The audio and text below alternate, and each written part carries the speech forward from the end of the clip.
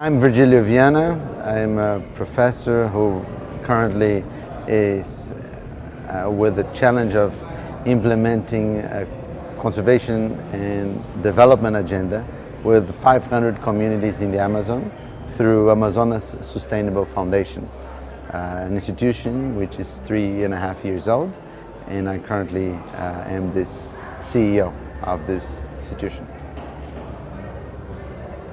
So, as you said, what's new? What's new with you? What are you up to right now? What are you working on today? Well, today we're trying to create links between young people from urban areas with traditional populations from the Amazon. And this is part of the agenda that brought me to this music festival. And I'm a strong believer in music, the power of music for individuals. And in fact, we did a very interesting program. It's called the Music Festival of the Forest, which happened about 2 years ago in Amazonas and was fantastic. We had about 60 different people playing original songs, and then we had 14 finalists, and we had this final contest in Manaus, and it was fantastic. So music is very powerful because it can make people feel things rather than using the rational, side of the brain. So, and I think that we are here to promote change, and music can be a catalyst of change. Well, I guess in a way the jungle has music. When you're in there, the sounds, there's the music of the jungle is pretty hypnotic. So there's the nice rhythm that nature has as well. Yeah. I guess is important. Why do people, do you think, people have become afraid of nature? I think there's a certain disconnect now between people today and their relationship to nature, and indigenous communities and their relationship to nature, and even early species as humans, our relationship to nature has drastically changed to a point where I feel that people are afraid. Do you think that's a fair statement, that people are sort of wary of nature? I think changing the vision that people have towards nature is essential, and fear is one part of this vision or this attitude towards forests that need to be changed. And in my opinion, this fear is a result of ignorance, of lack of knowledge. I give you an example. Just 10 days ago, I was in the middle of the forest in the Amazon in a place called Saracá. And I was in a trail. And when I looked behind, the guy who was the leader of the trail was walking on barefoot, with just shorts and no shirt.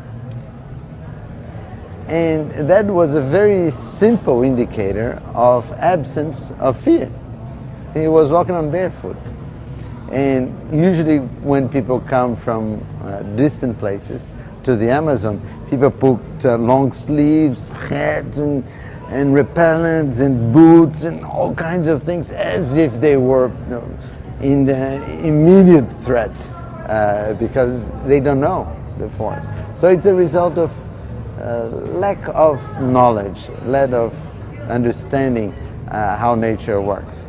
And one of the challenges we have is to bring people closer to nature, because that not only can serve the role of dispelling these fears, but also help people become more in love with themselves, more in tune with their soul, with their spirit, which I think is part of the problem of humankind these days. There's a lot of unhappiness, and I think the most effective therapy is nature. I guess you could almost say that there's because I look at it from an evolutionary standpoint, that our brains are more adapt to being scared of a spider or scared of going into the woods than we are of losing the trees. It's interesting to me, that psychology, that somebody won't camp in nature, but they will, they're scared of that more than maybe losing trees. And so for me, in the role that you've taken on now, protecting the Amazon, protecting the trees, you come from the political sector. You were a politician and professor, and you are a professor. Do you think there's a role for global governance within the saving of the Amazon and forests? I mean, do you think it's going to come from politicians? Is it going to come from business? Is it going to come from consumers and citizens? Is it all three? What is your view on the strategy for where will the traction really begin to saving our forests? I think to save forests, we have to change the way forests are perceived by all sectors. And that is an agenda that should be part of governments and of business and of professionals and individuals and so on, everybody. And it requires change. Looking through business lenses, I would say that business should look at forests as opportunities to do business in a sustainable way. Looking through the lens of governments, we should see forests as an asset that can be converted into prestige. So we have to get politicians on board because of their interest. Looking from a consumer lens, we have to see how our consumer patterns impact negatively on forests. For example, buying timber that comes from unsustainably managed forests, or how our purchase power can help good use of forests, like buying Brazil nuts, or buying fish, or buying timber that it comes from managed and certified forests. So I think this is an agenda that has to be embraced by everybody, not only by governments or business or individuals or environmentalists. Environmentalists, on the other hand, need to look at the challenge of protecting forests with a very pragmatic lens. It's not only time to campaign by saying, oh, here we have a disaster going on. Yes, we have to say that, but in the following minute we have to say, well, this is the solution. Not only to point to problems, but point to solutions. So I think it's an agenda for all. I mean, you talk about Brazil nuts, you talk about sustainability of the forest. In my view, my experience with being in the world of sustainability, you know, there's probably a couple of words that stand out in some ways. Being sustainable is in some respects, being thoughtful. It's being a little slower, a little more considered of your actions before you take them. But do you think that that's a dichotomy to where we are today? I mean, Brazil is cited as a country that is, you know, alongside India, alongside China as an economic grower. You know, everyone else is in decline. You're moving fast towards, you know, a sort of a power in the economic model now. Do you think people will really want to take the sustainable path versus what we're seeing still, which is short-term gain? I mean, you know, I can either, you know, as you said, I can make more money from growing my Brazil nuts and my nuts and farming sustainably, but that takes time. And right now, politicians are only in for a couple of years. Businesses have quarterly, returns, and shareholders want pressure. So, do you think there really is the actual market or the environment, I should say, to actually foster those types of programs that you talk about, those solutions? Or do you think that people are going to just keep on, you know, the quick short-term profit? The interesting news from Brazil is that not only Brazil is growing, but is growing in a very sound manner, relatively speaking, to most other countries. Most of our energy is from electricity, from hydro power, and we use relatively very little oil.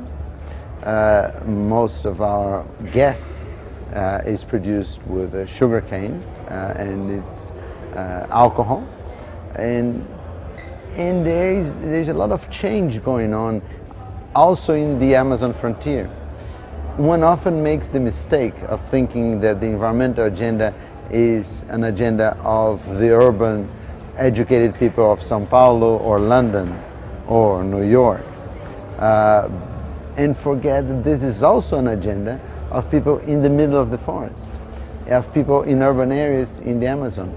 It's amazing to see the number of mayors in the Amazon, in places where you would never imagine people being environmentally conscious. And you see those mayors making political choices to go green. And the same happens at state level. We had several governors in the recent history of Brazil who adopted a green agenda. So there's a lot of very positive changes happening in Brazil, and one has to filter what the media presents, because the media tends to give more attention to the disasters, to the problems that are taking place, rather than to the promising and innovative solutions that are being implemented. And there are a lot of those in the Amazon. So I see Brazil not only as a powerhouse in terms of its environmental assets, but also a place where innovation is taking place with a green agenda at a very rapid pace.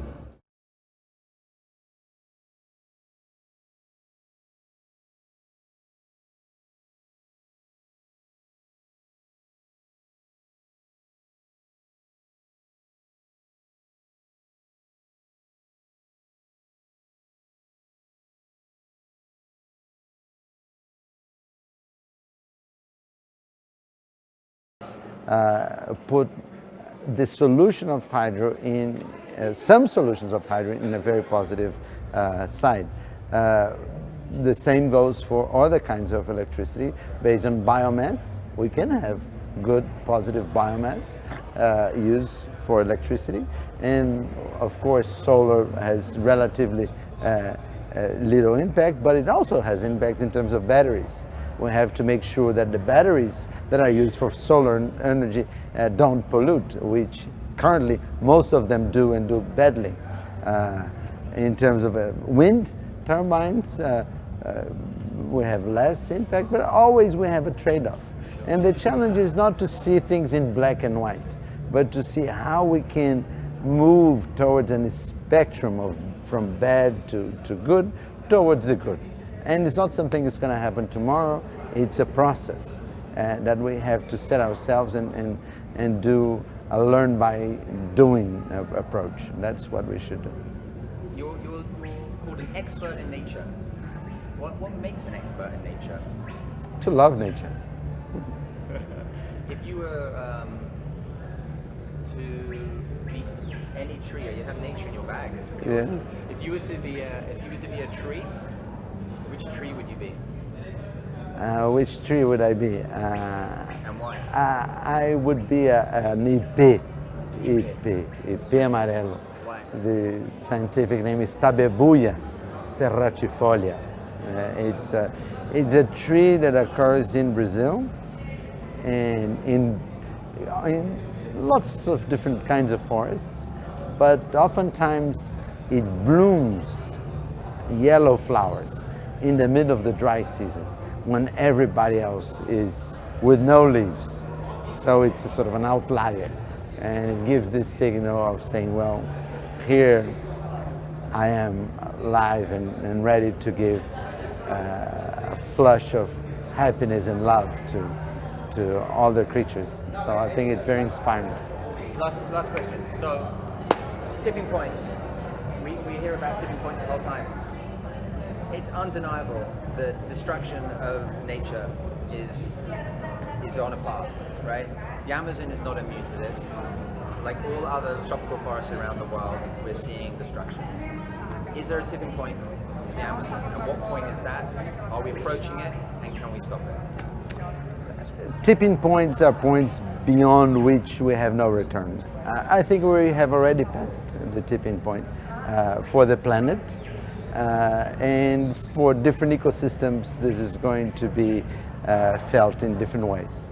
For the Amazon, the biggest threat is drying the forest and making forests more vulnerable to forest fires.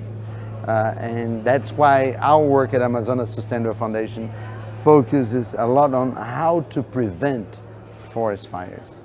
by setting fire breaks and using ecological practices in agriculture that prevent the use of fires.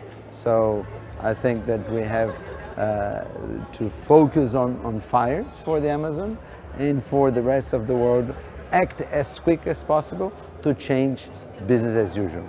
Because the quicker we act, the greater is the likelihood of succeeding against this big challenge we have. So we almost need Occupy Amazon. We need people sitting there. Yeah. Okay, final thing is just if you can say your name one more time to the camera and just say you're watching mew.com. So your name and mew.com. Virgilio Viana, you're watching mew.com.